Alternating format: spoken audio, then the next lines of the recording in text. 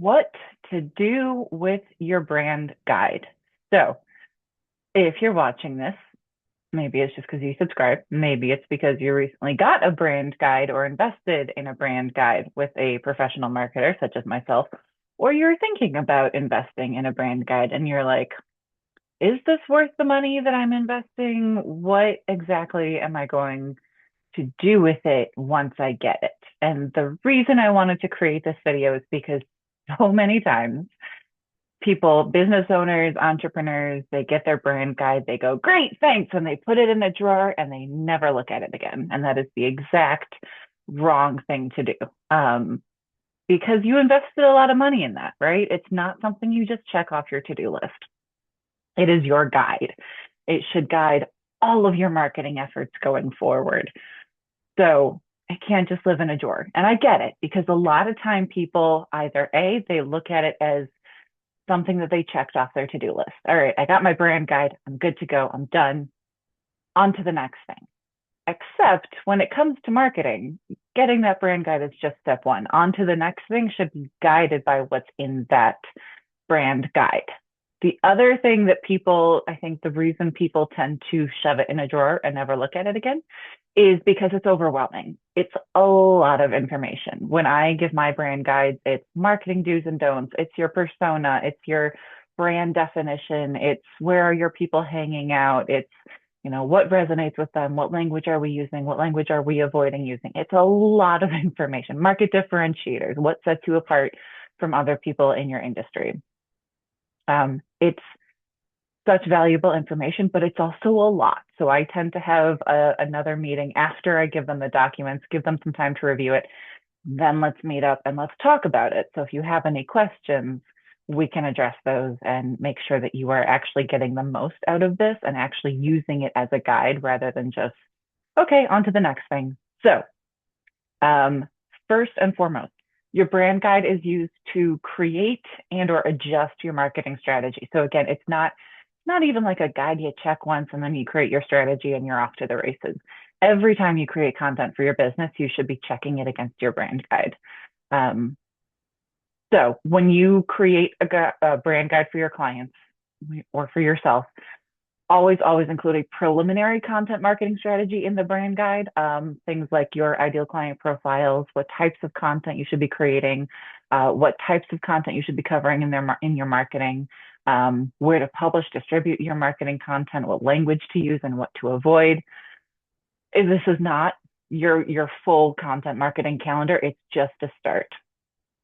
So this also gives you the brand guide gives you something against which to check all of your marketing efforts. So if anytime you go ahead and create content, you should check it against your brand guide, which brings me to my next point. Use it as a checklist. Are you using your logo correctly? Are you using the right colors and fonts throughout all of your content? Are you using the right language? Does the content align with your overall brand goals? And does it align with your ideal client profile? I recently had this with a client who wrote a blog post. And I was like, it's a good blog post. There's nothing wrong with it, except there's no call to action. And normally I would just write add a call to action and send that back to her. But it didn't really clearly align with any of her services. It aligned with her general industry, but there was no way to lead it back to her services. So I was kind of at a loss for a call to action. And when I brought it to her attention, she was also kind of at a loss for a call to action. And it's like, I hate to tell you, don't bother posting this thing you just invested all this time and energy into writing, but it's not going to do anything for your business. It's just going to sit up on your website and look pretty and be a nice piece of content for people to consume.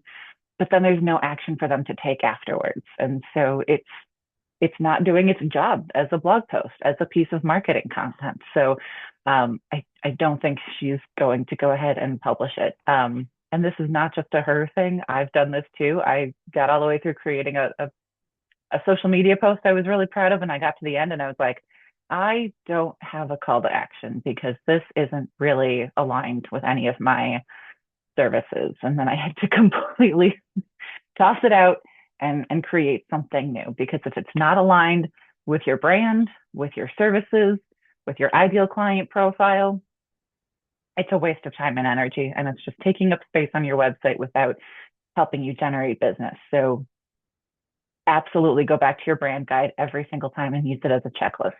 Does this align with my ideal clients and does it align with my brand? If yes, great. If it answers no to any of those questions, time to toss that content and move on to something else.